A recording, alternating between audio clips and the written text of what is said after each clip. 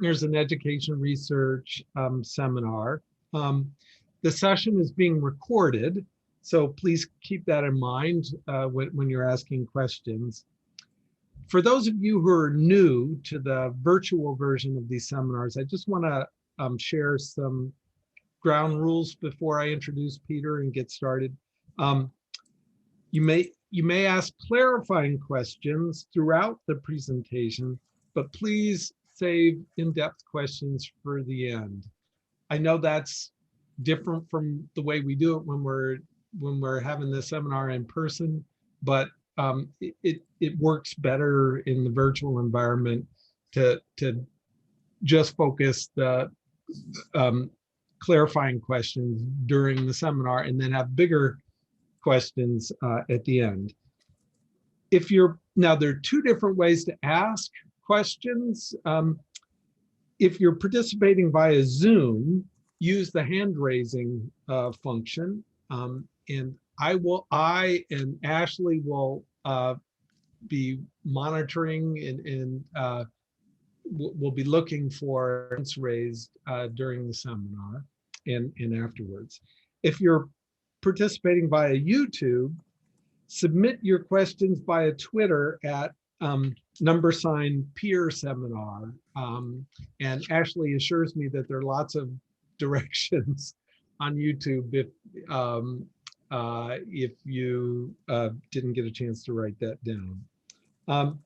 So now I just want to give a warm welcome to my colleague, Peter Blair. Peter's in his third year as an assistant professor at the Harvard Graduate School of Education.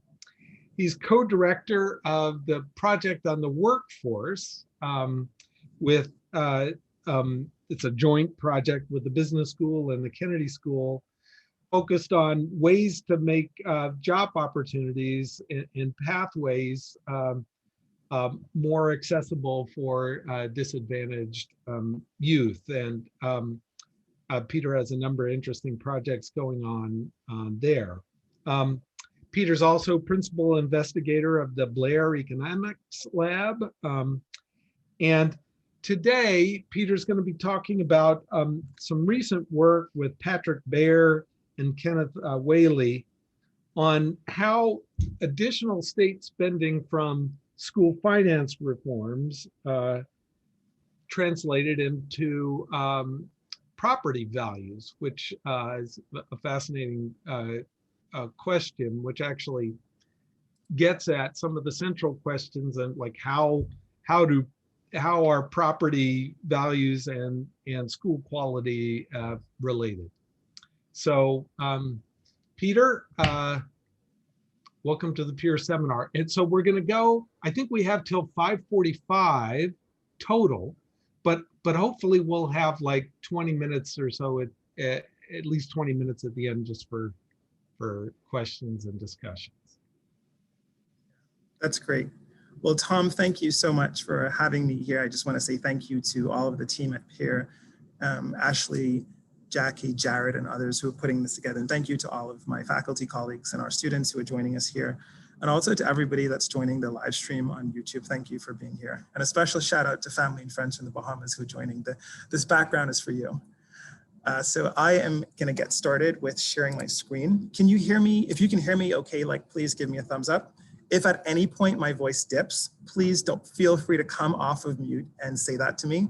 I have this issue where I think I'm speaking loudly, but then a lot of people think I speak very softly.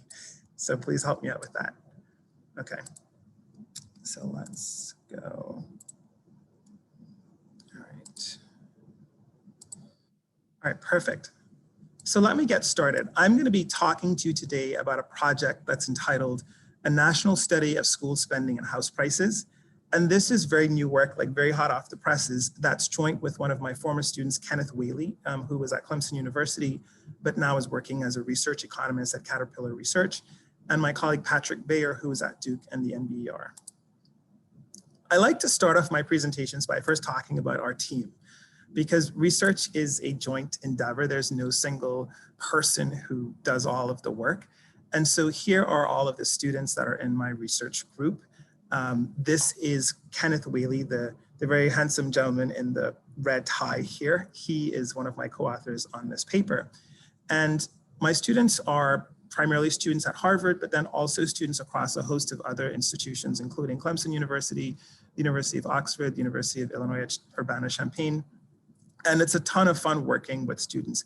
As I go through my presentation, I'll intersperse some of the research commentary, just with some notes about the research process that I hope would be very useful to early stage researchers, graduate students, just to illuminate that. I personally found it really helpful when folks were speaking to me as a graduate student, letting me know just how incremental the research process is, because oftentimes we see a finished product. I also want to flag post for you some other research work that I have, just as a way of giving you a sense of like, what are some of the other projects that our group is working on. So some of you might be familiar with the work that I've done with my other student, Bobby Chung, on occupational licensing and the ways in which occupational licensing reduces racial and gender wage gaps because it functions as a signal of non-felony status for workers. I also have some work with a colleague at Wharton, Kent Smetters, where we're trying to understand this question of why is it that elite universities in the US have not expanded the size of their undergraduate classes in the past 3 decades, even though the amount of people applying to these schools has increased by about 300%, the size of the classes have increased by less than 10%. We also have some additional work that looks at the ways in which workers who don't have a bachelor's degree but have a high school degree move through the labor market, and what are some ways to find alternative labor market signals for these workers without bachelor's degrees. We call them STARS because they're going to be skilled through alternative routes, namely the experience that they learn on the job, the skills that they learn on the job. With another student, Eli Nielsen, we have work looking at the impact of unilateral divorce laws on the college attainment of women and men in the United States.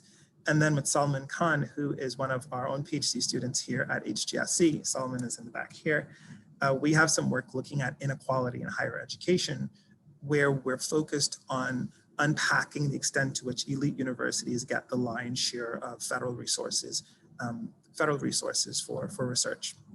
So that's a picture of the team. It's an absolute joy working with my students and my faculty collaborators across various universities.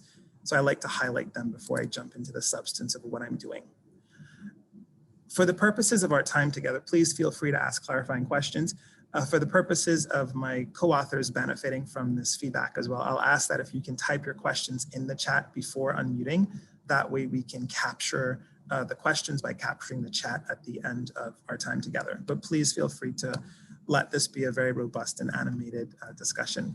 I'm also going to try to end at 5:25 so that way we could have an additional 20 minutes for like very free-flowing conversation where we could really talk about the interpretation of these results, what do they mean for public policy, and what are some future directions for research. So that's by way of framing. Today's paper, I have 4 key aims. The first is going to be to quantify the impact of school spending on house prices nationally. There's a ton of tremendous work that looks at this for particular regions of the country. Tom, I know that you've done some of the most pioneering work in terms of looking at this in the Charlotte-Mecklenburg area. We're going to try to build on that work and think about what would it look like to understand how school spending impacts house prices nationally. That's our first aim. The second aim is going to be to focus on whether or not salary or non-salary expenditures are capitalized into house prices at different rates. The third aim is going to be to look at what's the impact of local property taxes on house prices. And again, we're going to be taking a national lens to this question. The fourth aim is going to be to answer this question as to whether or not the expenditures on salaries are going to be efficient. And the way that we're going to tackle that is we're going to look at how does more spending on schools impact house prices? And then we're also going to look at households' willingness to pay more for that school spending by increasing taxes. And we're going to combine these 2 estimates of both the benefits of schooling and then the cost of schooling to come up with a test for whether the level of spending is efficient. So this is going to be the 4 key aims of the research presentation today. I'm going to now anchor what we're going to do in 2 really big questions in the field of economics. The first question is going to be, does spending on public schools matter? I know that we're at an ed school and this is something that we're all very familiar with, this age-old question. And in the context of economics, this question has been debated very heavily, especially since the publication of the Coleman report in 1966, where he showed like there was a very weak relationship between increased inputs and student test scores. There is, however, a more recent literature that uses causal variation in school spending that has linked increases in school spending to higher test scores, higher graduation rates, higher real wages, economic mobility, and other lifetime outcomes. And so in light of these new findings, we're going to come back to this question of does school spending matter by looking at the extent to which households and families are willing to pay more money to live in districts where there's more spending per pupil on schools. And this is going to capture two kind of fundamental ideas. The first idea that this is going to capture is going to be that house price capitalization of school spending is going to be a good summary measure of the bundle of causal impacts of increases in school spending, these causal impacts that I mentioned previously.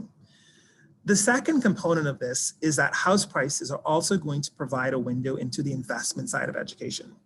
We can think about the returns in terms of like test scores and future wages for kids as being the return side of education. And we can think about house prices as being the investment side, because this is parents' willingness to actually pay for the increased school spending that in turn is going to yield these better lifetime outcomes for their kids. So this is going to be our first research motivation. Does public school spending matter? And that's a 50-year-old question in the field of economics. The second research motivation is going to anchor itself a lot more closely into the field of public economics, which is going to ask the following question. Is there a market type solution that would efficiently provide public goods? And so it might be the case that school spending matters, but then the question is like, can we provide it efficiently?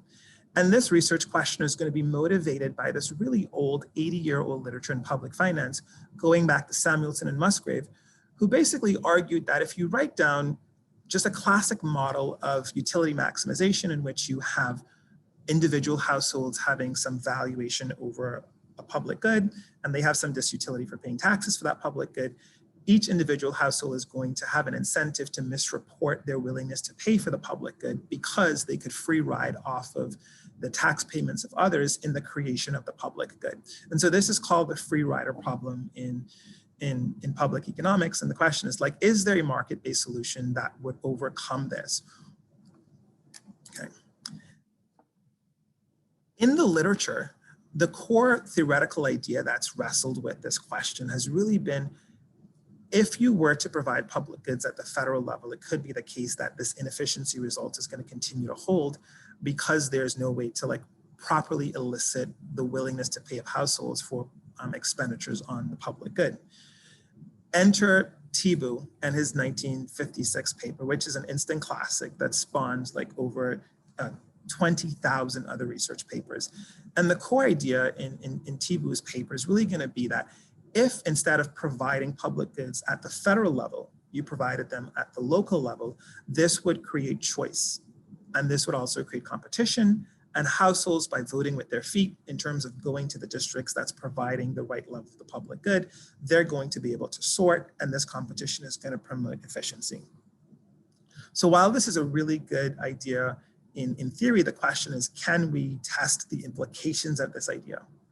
And what we're going to do in this paper is we're going to use an empirical test of this idea that you can provide public goods efficiently by providing them locally, which is going to be the following. If the public good is provided efficiently, then increasing taxes in the local jurisdiction and using that increase in taxes to spend on the public good should not increase house prices on the margin. If instead raising taxes and spending that tax on the public good, in this context, education, if that were to raise house prices, then what that would suggest is that you actually should increase taxes to spend more on the public good, and the public good would be inefficiently provided in terms of it being too low. So this is the empirical test that we're going to use to try to understand the extent to which education is going to be efficiently provided in the context of the US.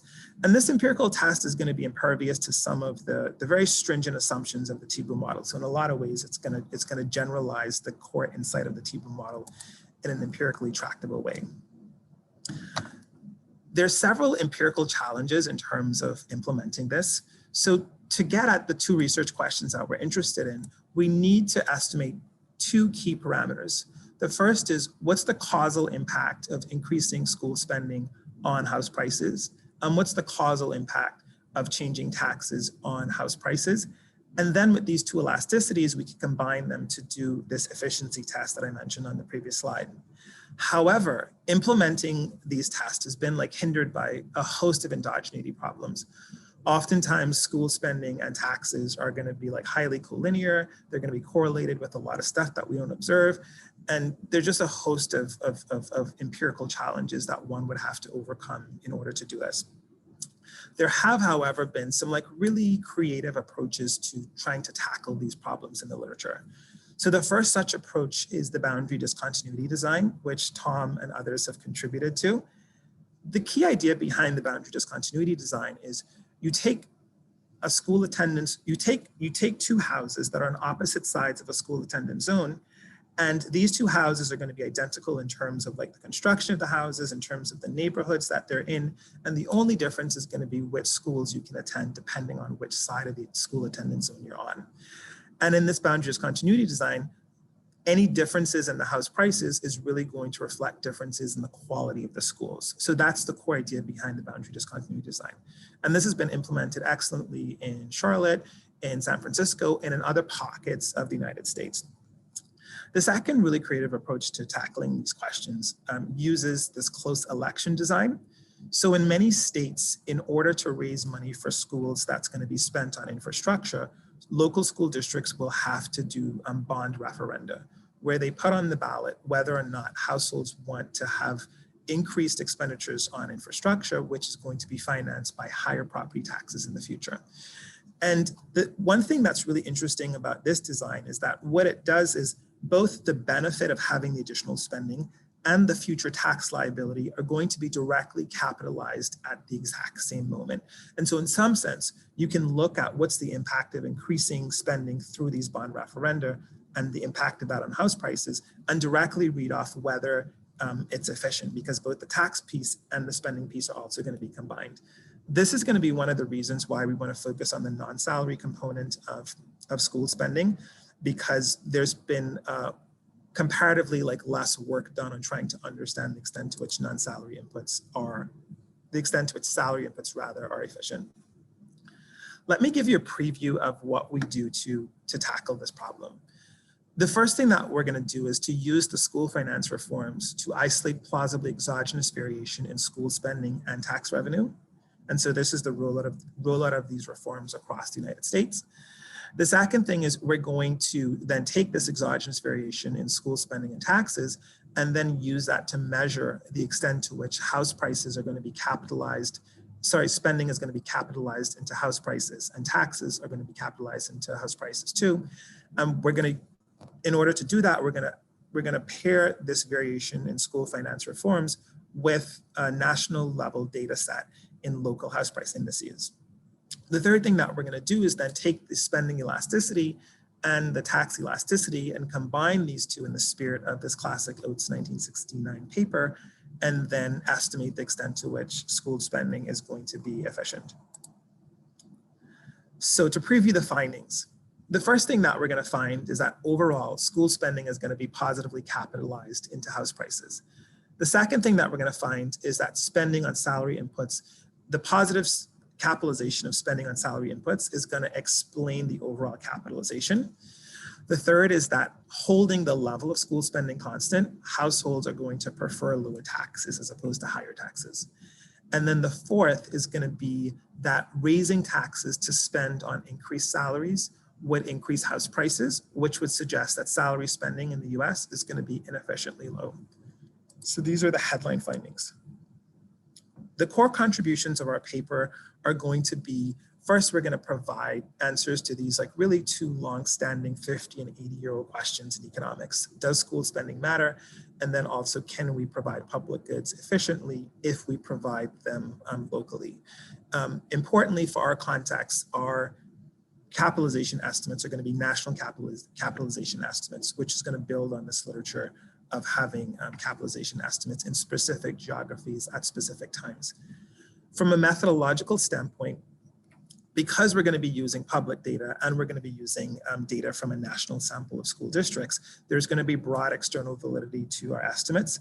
The data requirements are also going to be lower, and the empirical approach that we're going to suggest here is going to be feasible even in geographies where the population density is going to be relatively low.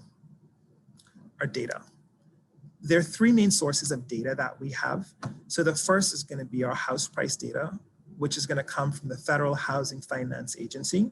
And this is a 25-year panel of constant quality house prices at the local level. And we'll have national coverage in this house price data. The second is going to be our educational data, which is going to come from the National Center of Educational Statistics and the Common Core. And from this, we're going to construct a panel of spending at the school district level, taxes, as well as school demographics rather, for over 6,000 school districts. The third set of data are going to come from the first court-mandated school finance reforms, and for that we're going to follow the approach outlined in Jackson, Johnson, and Persico in their 2016 QJE paper. This gives you a snapshot of the rollout of these court-mandated school finance reforms across space in the US. So the first is Serrano and Priest in California in 1971, and the most recent is going to be in Oregon in 2019. And we're going to be leveraging variation in the timing of these reforms to identify plausibly exogenous variation in taxes and in spending. Okay, just to give you a little background on school finance reforms, not that we would need that for this particular audience, but the core idea is going to be that school finance reforms are going to involve some element of redistribution. And the purpose of that redistribution is going to be either to equalize the spending between school districts that were spending small amounts of money on school spending per pupil relative to school districts that were spending a lot more. The second component of it as well could be to give lower spending or like less wealthy districts the ability to invest in school expenditures as if they had a tax base comparable to a wealthier district. The core idea here is going to be that in all of these instantiations of the legislation that will come on the heels of these school finance reform, there is going to be some element of redistribution. And this redistribution is going to increase spending in the lowest spending districts. In addition to that, this redistribution is going to create different incentives for taxing. So for districts that spent a lot on schools prior to these reforms, there's going to be an incentive to reduce property taxes as a way of limiting the extent to which redistribution is going to be taking dollars out of the host school district and sending it to other school districts as well. And we're going to be using this variation precisely to estimate the extent to which exogenous increases in spending and exogenous increases in taxes are going to impact house prices. Now, to give you a sense of how we're going to extract exogenous variation in school spending from these school finance reforms, we're going to follow the approach in Jackson, Johnson, and Persico, where what they do in their paper is to sort school districts into quartiles of per pupil expenditures within their state distribution prior to the reform. And then to interact these dummies of what quartile in the school spending distribution are you with the time since the reform. And so that's going to generate the instruments that they're going to use for spending. In principle, you're going to have 4 times T instruments. T coming from like the number of time periods since reform, and in our case, this is going to be around 16, and 4 coming from the fact that you have 4 quartiles. So you're going to have 4 times T instruments, and the number of endogenous regressors we're going to have are going to be 2, spending and taxes. And so formally, we're going to be over-identified in this context. And one of the things that we show in this paper is that you can use these instruments to identify exogenous variation in school spending, which was done in the Jackson, Johnson, and Persico paper. In addition to that, we're going to show that you can use it to identify plausibly exogenous variation in taxes, which is something that's going to be a new use of these instruments that we're going to be describing in the context of our paper.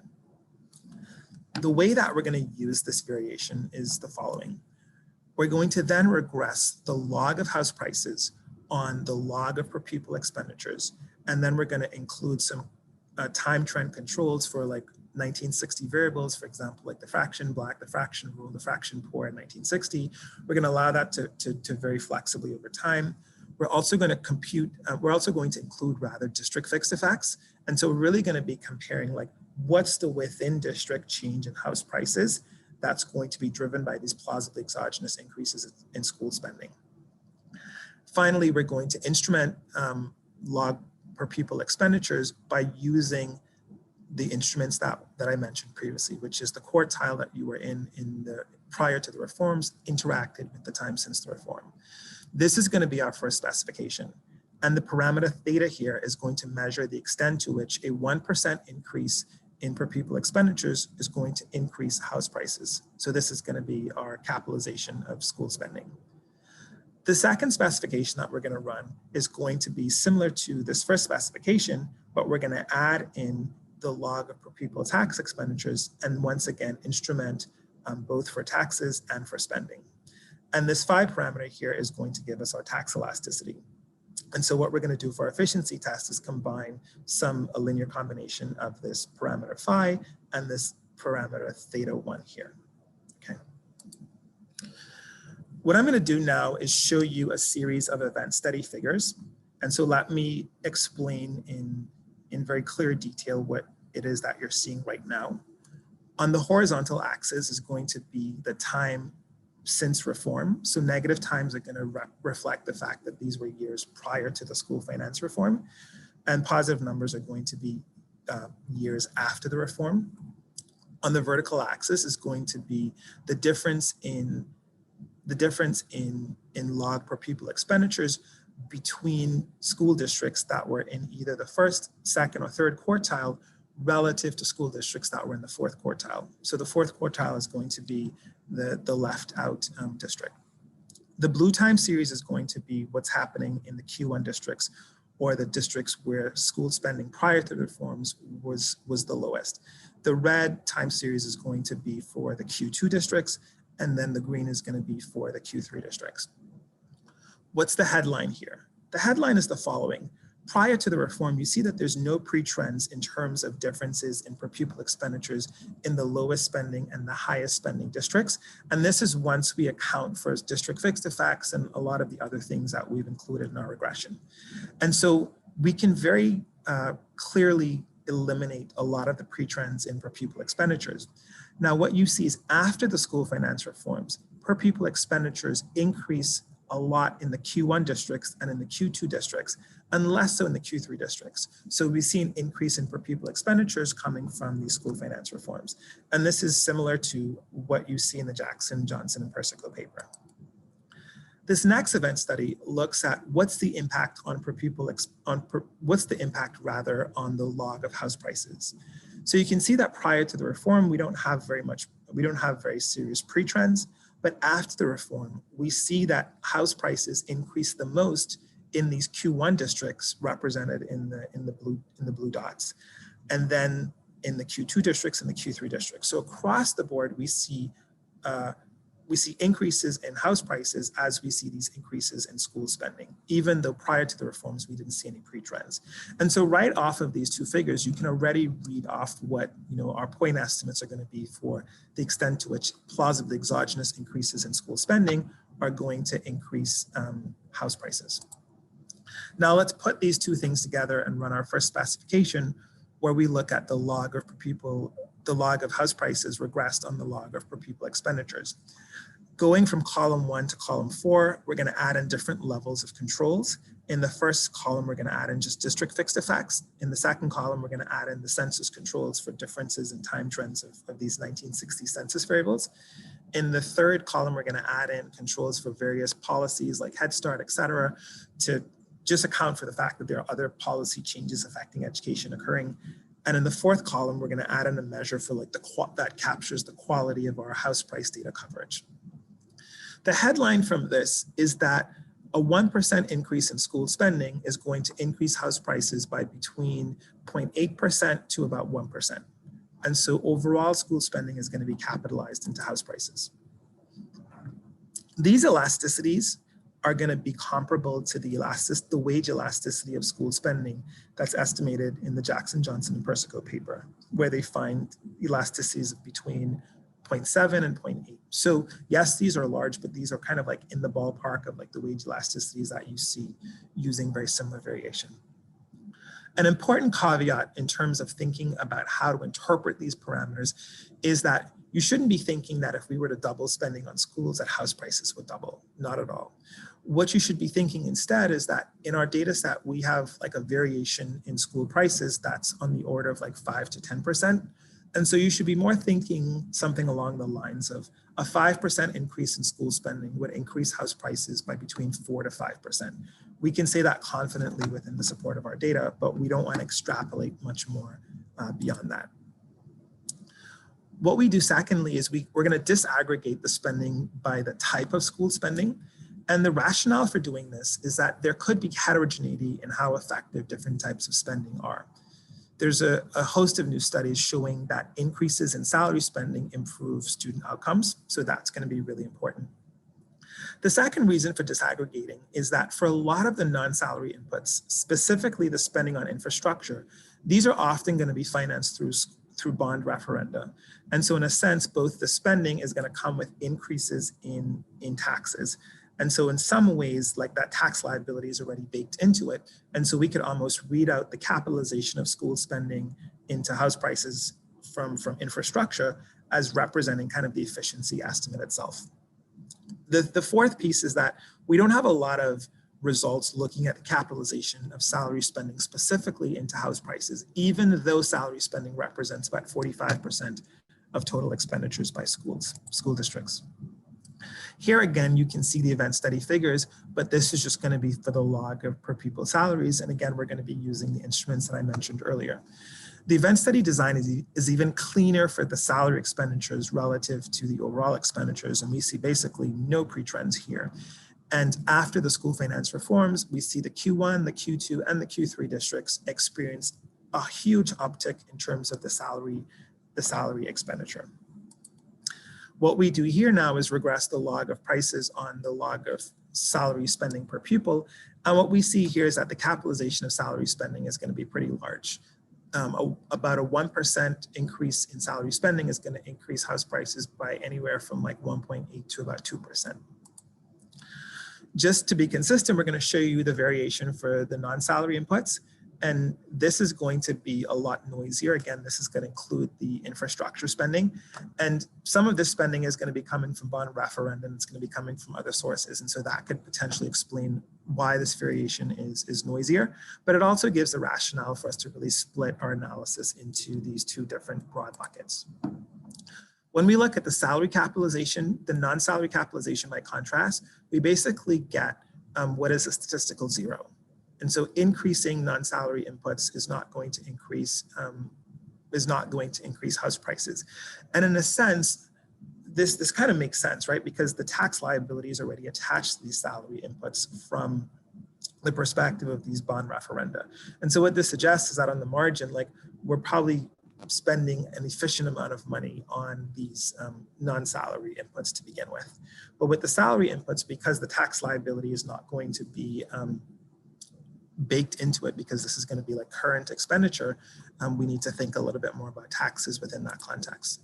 Okay. All right. So what I'm going to show you next is the impact of these school finance reforms on taxes. Because remember, to do this efficiency test, we need to understand households' willingness to finance increased school expenditures, which we're going to read off from looking at the elasticity of house prices with respect to taxes. Here's an event study looking at the log of property tax revenue per pupil. And again, what we can see is prior to the reforms, we don't have much of a pre-trend in terms of per pupil taxes. But after these reforms, you see like a huge upward tick in tax revenue in the Q1 districts, the Q2 and the Q3 districts relative to the Q4 districts. And here it's important to remind us that the excluded group is the highest spending school districts prior to the reform, because a lot of this increase is really going to be coming from the fact that the higher spending districts are going to be raising much less tax revenue as a way of responding to the redistributive motivations of the school finance reforms. The second thing to note here is that whereas the salary spending and the overall spending increased a lot more gradually, the tax response here is going to be almost immediate. And so this is going to suggest that we're going to be identifying our tax elasticity off of the difference in the responsiveness of house prices to taxes relative to the responses of house prices to school spending. So the timing responses are going to help us with a lot of the identification here. What we're going to do next is we're going to combine both the total spending and the property taxes in our model of looking at the log of house prices with respect to per pupil expenditure and taxes. Looking across column 1 to 4, what we see is that a 1% increase in taxes is holding school spending constant, is going to reduce house prices by between 0.14 to like 0.2%. And this is similar across all of these specifications. Very interestingly, if we look at our house price, if we look at our spending capitalization, what we find is elasticity estimates of between 0.8 and 1, which are very similar to what we were getting in our model where we had no rule for taxes. And so what this suggests is that we're able to isolate potentially like orthogonal variation in spending and taxes using the instruments. And so this is kind of like further validation that we were over-identified to begin with, and we actually do have the power to be able to estimate a spending elasticity and a tax elasticity. What we're going to do now is then look at the elasticity of house prices with respect to salary spending when we include a rule for taxes. Because remember, the spirit of the efficiency test is we need to see how responsive is our house prices to salary spending and how responsive are house prices to taxes to be able to see how much an increase in taxes to spend on schools would impact house prices. So that's going to be our efficiency test. And what we're going to do as we go across these columns is in column 1, we're just going to include salary spending and taxes. In column 2, salary spending and non-salary spending. In column 2, we're going to include salary spending, non-salary spending, and taxes. In column 3, we're just going to include salary spending and taxes, non-salary spending and taxes. The headline is going to be the following: regardless of whether we include the taxes or not, we're going to see that our capitalization of salary spending is going to be around about 2. When we include a rule for property taxes, we're going to see that households holding salary spending constant, households don't like taxes, which makes sense. And we're going to use these two elasticities to do our efficiency test. You might be worried that the salary spending and the non-salary spending are going to be just kind of mechanically related to each other, but you can see that whether we include the salary spending and the non-salary spending, or if we just have the salary spending and the non-salary spending entering separately, you know, our estimates of the salary capitalization are going to be pretty similar, right? And so we are really getting plausibly orthogonal variation in all of these inputs, and that's going to be really good, because a key challenge to doing this work that prior studies have faced is really trying to overcome this endogeneity of spending and of taxes. All right. Okay. I'm going to walk us through how we think about doing this efficiency test from the Oates paper. So the goal is going to be to calculate what's the % increase in the house price index that's going to result from a 1% increase in taxes that's going to be used to fund spending on salaries. Okay.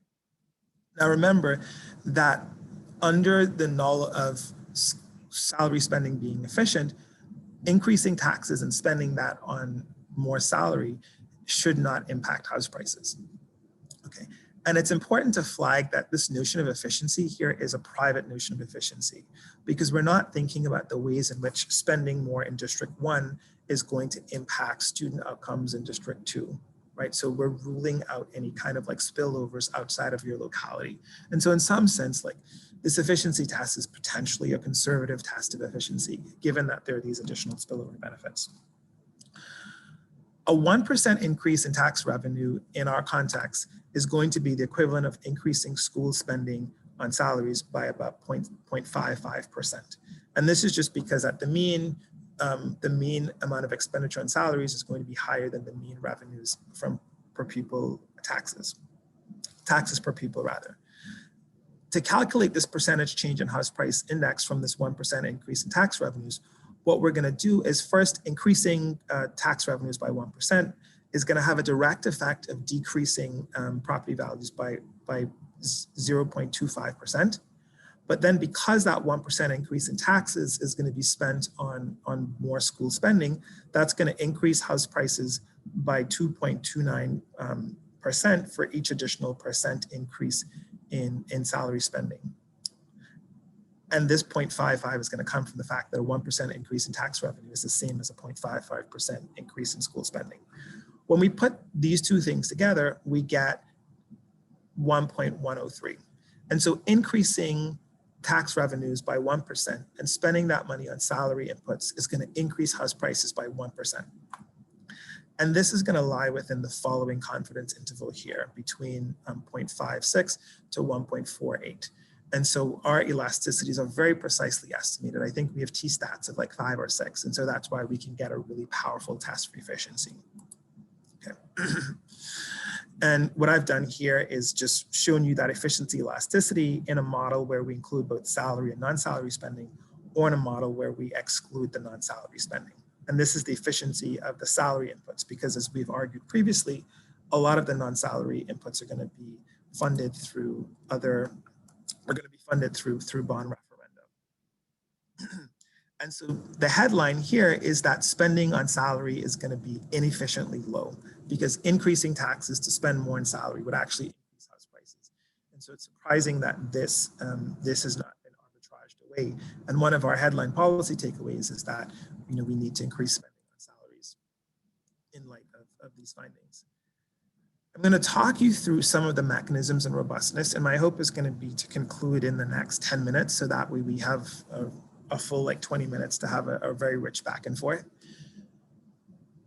In terms of interpreting our results, we wanted to figure out how much of the increase in house prices that is coming from the increase in spending on schools is due to the direct impact of spending on the people who currently live in the district, and how much of it is going to be due to the indirect effect of how increasing spending on schools is going to change the sorting patterns of households across space.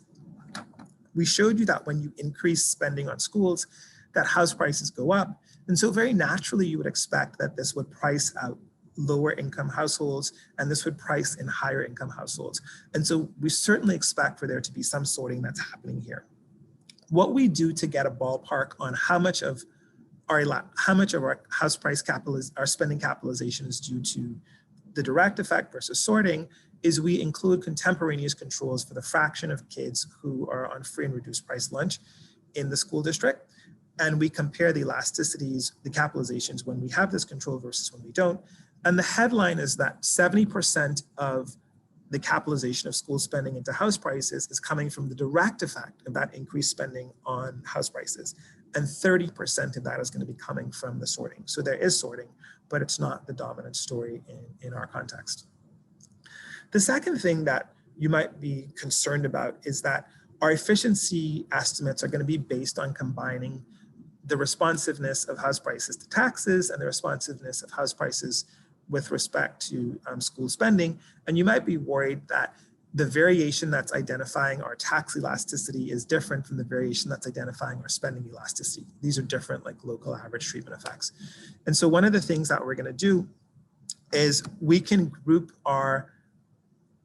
construct our instruments in a lot of different ways. Instead of separating it out into quartiles, we could actually separate out the data in terms of school districts that are above the median versus below the median in the pre-reform, or we could combine the bottom 3 quartiles or the top 3 quartiles, or we can do various permutations of our instruments, and then we could rerun the analysis. And by doing these recombinations of the instruments, what we would be doing is getting different local average treatment effects. And so to the extent that there's heterogeneity in our estimates, you'd expect to see that translate into different estimated elasticities across these different ways of combining the instruments. So let me show you what some of those results look like. So this is just looking at overall spending. So if we run it separately by quartile, or we look at the Q1 versus the Q2 to Q4, et cetera, you can see that for overall spending, the the spending elasticity is going to be pretty much the same. So there's a tremendous amount of homogeneity in this. We can do the same thing for just the salary spending. And you can see that the estimates do change a bit from about 2.2 in the specification that we've used as our baseline specification to as high as 3. And so if anything, the way that we've chosen to construct our instruments provides a conservative test, or like a lower bound on what the true results are. So there is heterogeneity, but it's not the case that we're estimating different weights, and that's the reason why we have the elasticities that we do have. The third thing that we do is house prices are forward-looking objects. And in general, we think about house prices as reflecting households' expectations over like what future spending is going to be and what future taxes are going to be. What we've done so far is really looked at the impact of contemporaneous increases in school spending on contemporaneous house prices. Instead, what we could do is we could regress the log of house prices on the log of future spending to the extent that we think that households are like future looking. In column 1, this is our baseline specification where we don't have leads in per pupil expenditure. In column 2, this is where we do have the leads in per pupil expenditure. And the headline is, to the extent that households are forward looking, our baseline estimates are going to be really conservative elasticities. This is for overall spending. When we look at spending on salary inputs, what we could see is taking into account the fact that households are forward-looking, the results look pretty similar. Column 3 is our baseline specification. Column 4 is our specification where we have leads in house prices. Okay, now I'm on the home stretch, so I think I'm going to finish even a little bit before 5:25. So we'll have even more time for conversation. In conclusion, our work speaks to two really classic ideas in economics. So one is, does school spending matter? And this has been a very hotly debated question since the publication of the Coleman report. And our approach really is to look at house prices as a summary measure of all of the different ways in which increased school spending could impact the life of students and on the life of households. And we do that in a national context. The second question that we deal with is, are locally provided public goods efficient, in the sense that can we get efficiency in the provision of public goods if we provide them locally, and in doing so overcome the free rider problem? And we do this in a way that builds on the existing literature, that reduces the stringency of the data requirements, and that is able to give us estimates that we believe are externally valid to a lot of different contexts, precisely because our variation is national in scope. And what are the key findings? The first finding is that school spending indeed does matter. When we have exogenous increases in school expenditure, house prices increase in response to that.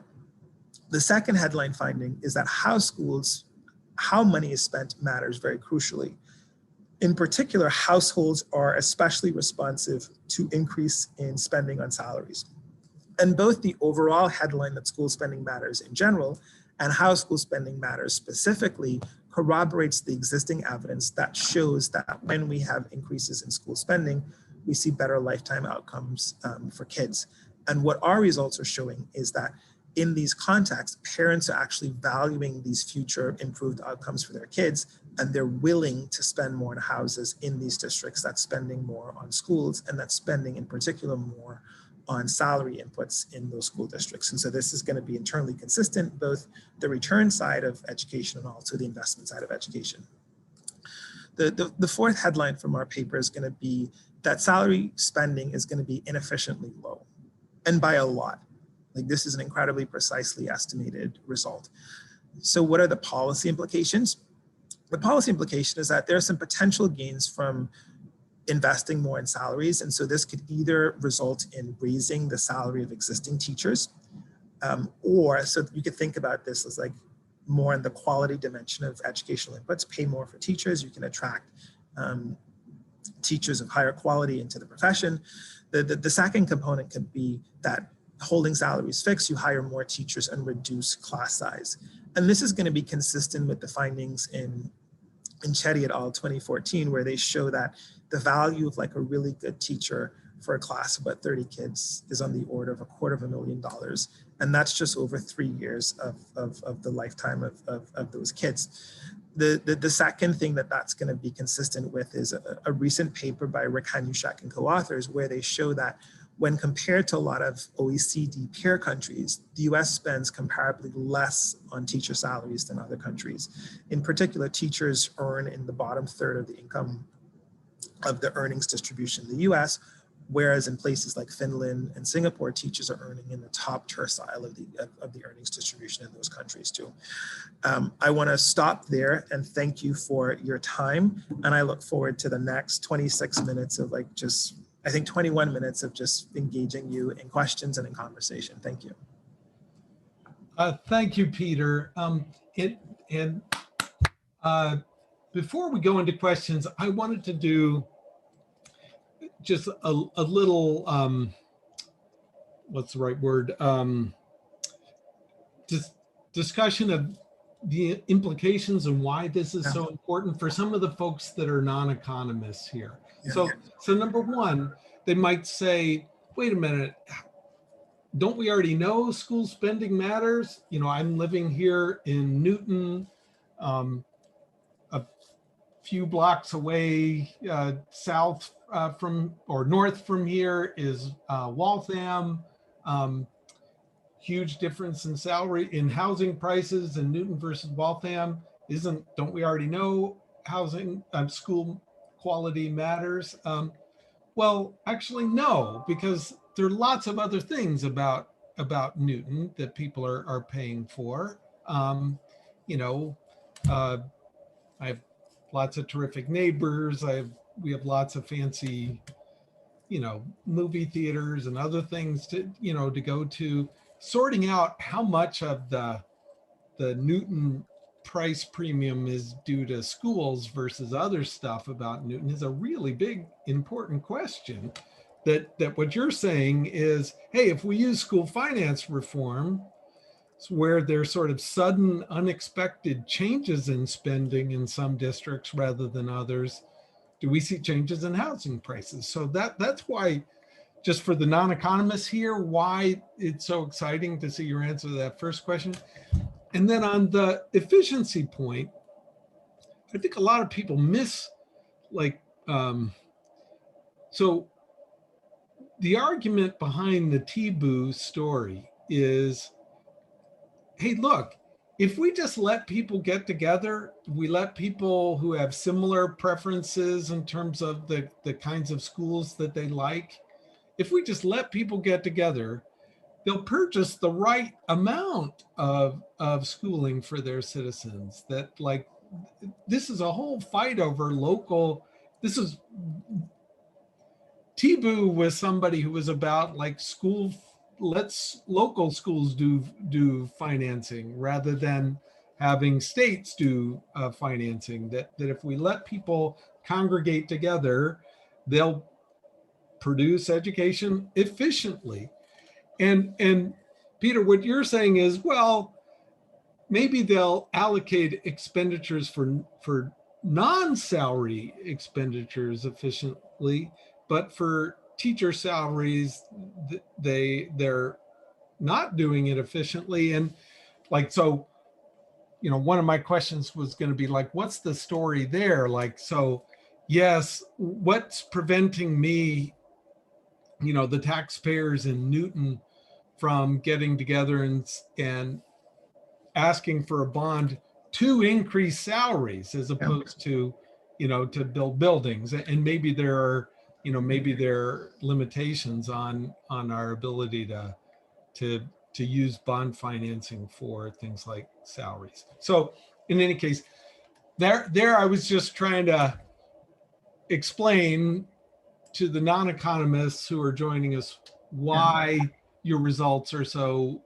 important and interesting here, because it's getting to the heart of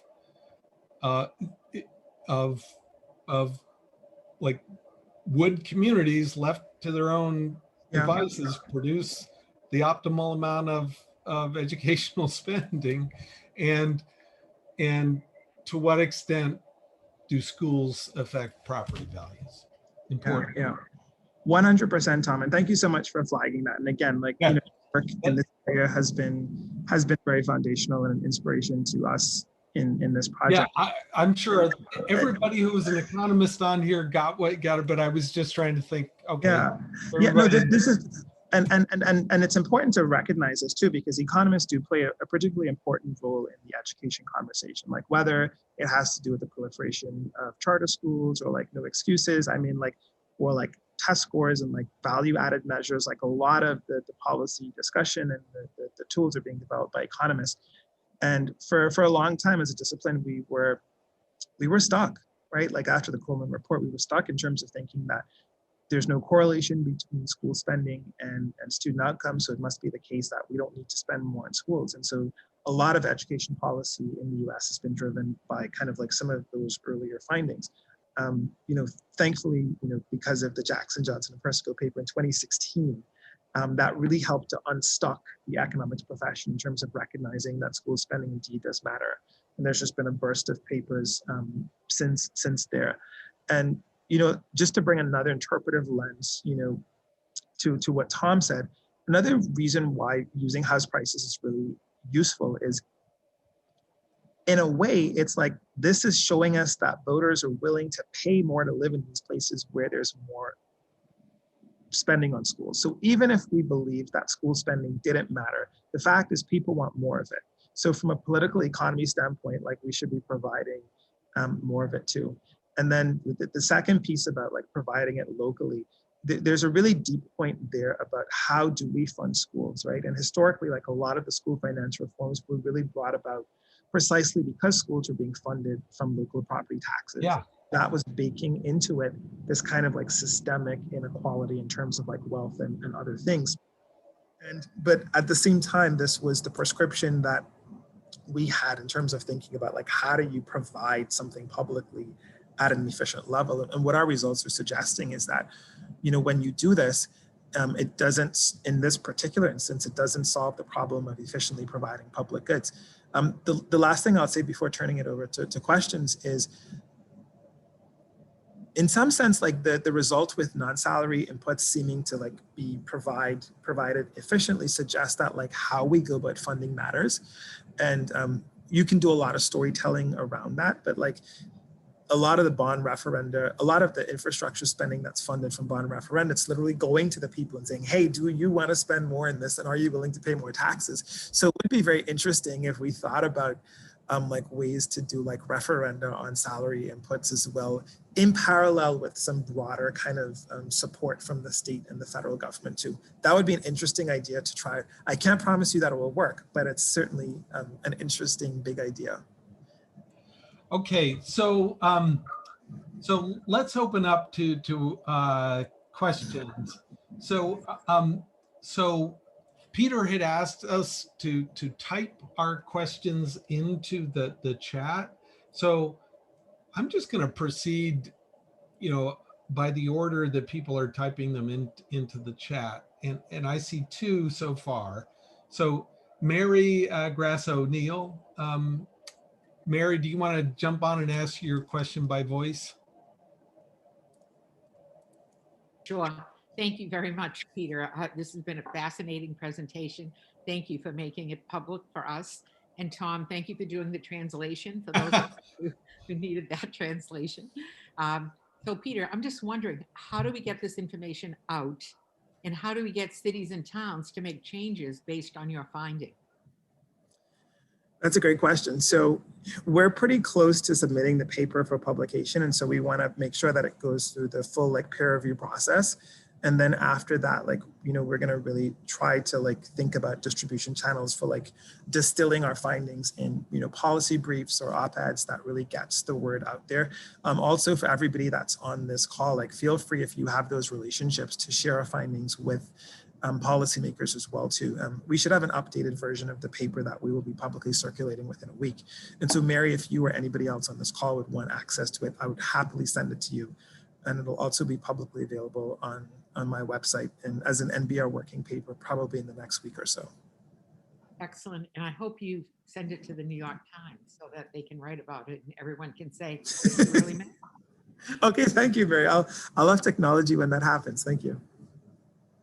Chris, Cleveland. Hi, Peter. Thank you for sharing your work. I was wondering, in the initial framing of this paper, you were speaking to previous work that's used the school finance reforms to predict increases in student achievement.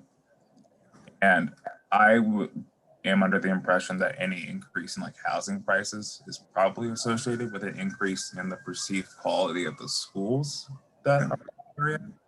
And so I'm wondering if you've explored extending the other work by using student achievement in your models. Yeah, so one way to think about your question, Chris, is that households are paying for this increase in school spending, and school spending is increasing like a lot of different things. It could be increasing test scores, future wages, future employment, future mental health, et cetera, et cetera. And so our approach was necessarily like, let's just look at the house prices as a catch-all for all of these things.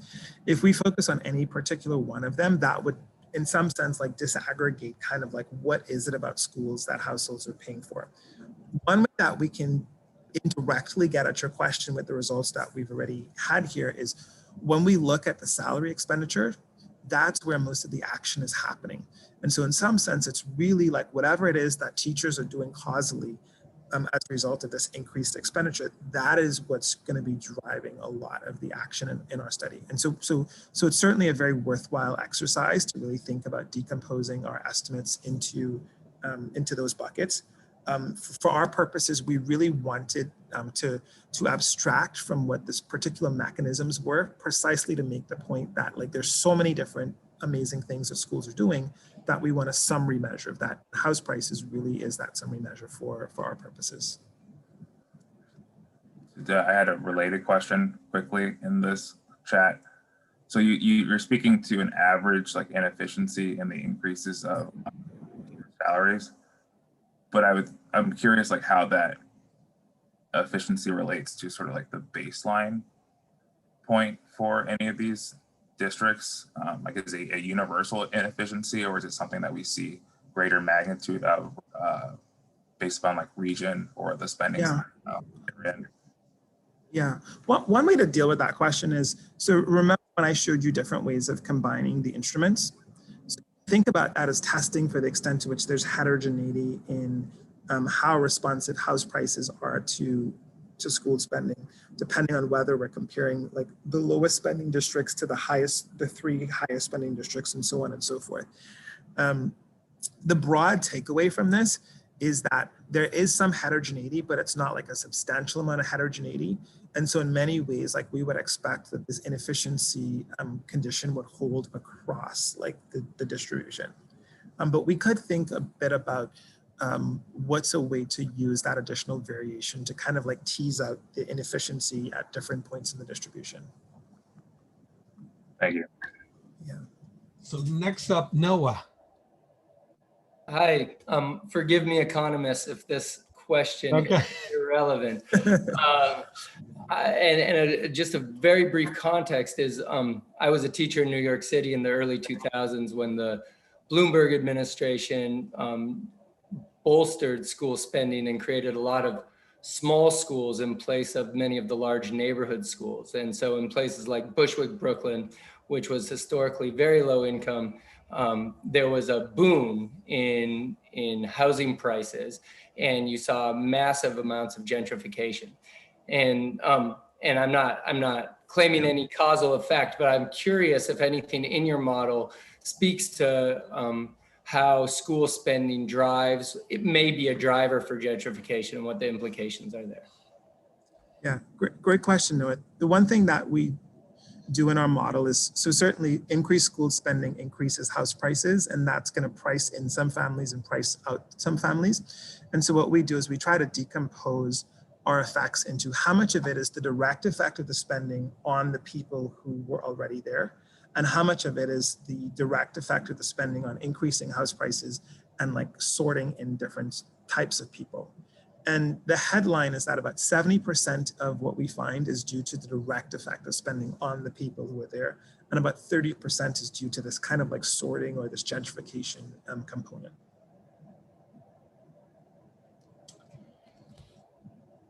Eric Taylor. Hi, Peter. Here, So the conclusion narratively is about teacher salaries. Yeah. I guess first a clarification question, are the data, is the way that you're separating the data in the empirical test teacher salaries versus all other expenditures, or is it all labor expenditures versus non-labor expenditures? so it's just salary versus non-salary. So you're absolutely right. The salary measure that we have is going to include administrators and others too.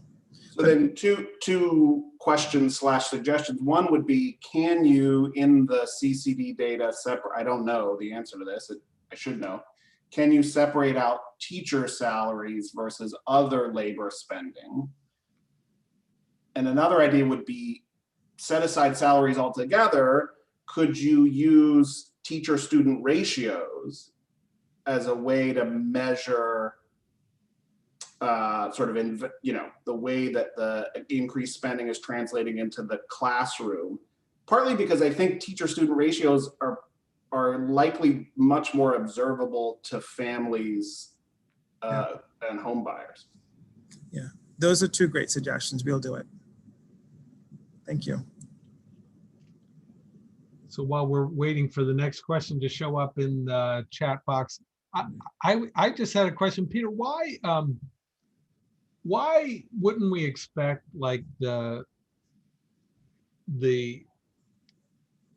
salary, I mean, the impacts on housing prices to show up right away? Like, why does it happen gradually as the actual expenditures roll out? So the actual expenditures, presumably, that's just driven by whatever the formula is. Yeah.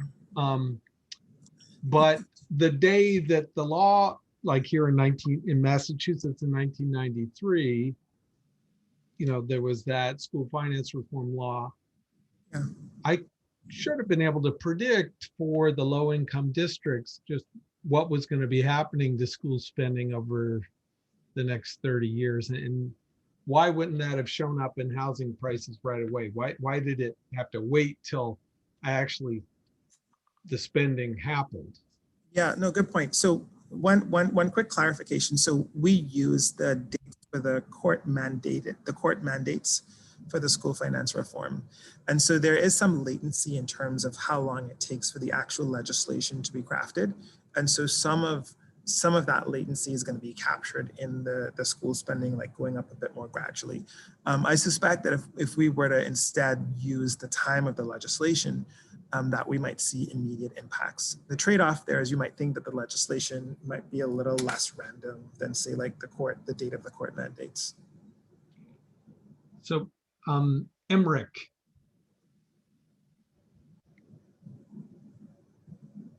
No, mine wasn't so much a question, just sort of a comment following up on what Eric was saying. To Eric's point about the visibility of teacher-student ratios, like if you tell people how much teachers are making, they're quite surprised by this. So suggesting that, as Eric was suggesting, that the salaries aren't actually very visible to people when they move between districts. Yeah, that's good. That's good. So so what we have in our model is like salaries per pupil.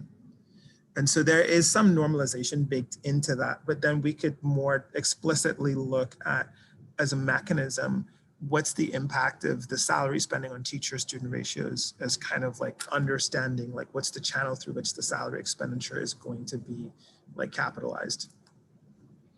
But like our taxes, our salaries, spending, non-salary, and total spending, like everything is done per pupil to like try to bake in that normalization. So Peter, all of these school finance reforms have some kind of mechanism in there where they're trying to preserve maintenance of effort. Like they're trying to preserve my incentives here in Newton to